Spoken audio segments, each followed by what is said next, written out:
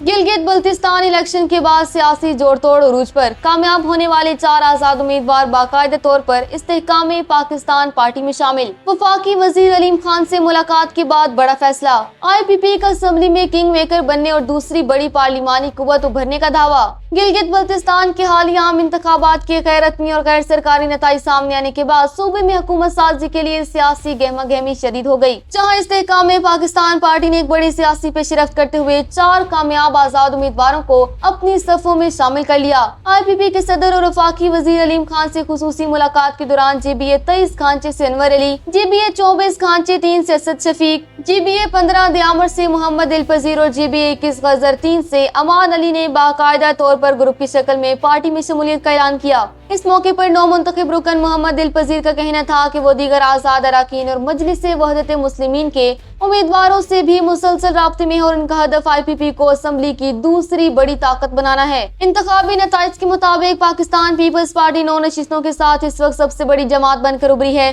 ताहम इन 4 आजाद अरकान के आने से अब IPP की अपनी नशिस्तें भी 4 हो गयी, जिसने से हुकूमत साजी के लिए एक इंतहाई अहम और फैसला कौन किंग मेकर पोजीशन पर ला खड़ा किया है। गिलगित बल्तिस्तान असम्बली में साद अक्सरियत और हुकूमत बनाने के लिए 13 से 15 सीटें दरकार हैं, जिसके लिए पीपल्स पार्टी और मुस्लिम लीग नून के वफूद के दरमियान भी जोड़ तोड़ का सिलसिला जारी है। सियासी माहिरीन के मुताबिक इन 4 अरकान की शमूलियत के बाद IPP अब जिस भी बड़ी जमात का साथ देगी, इसके लिए सूबाई हुकूमत बनाना इंतहाई आसान हो जाएगा और इसके बदले IPP मुस्तकबिल की इत्तेहादी हुकूमत में अहम वजारतें और बड़ा हिस्सा हासिल करने की पोजीशन में आ चुकी है।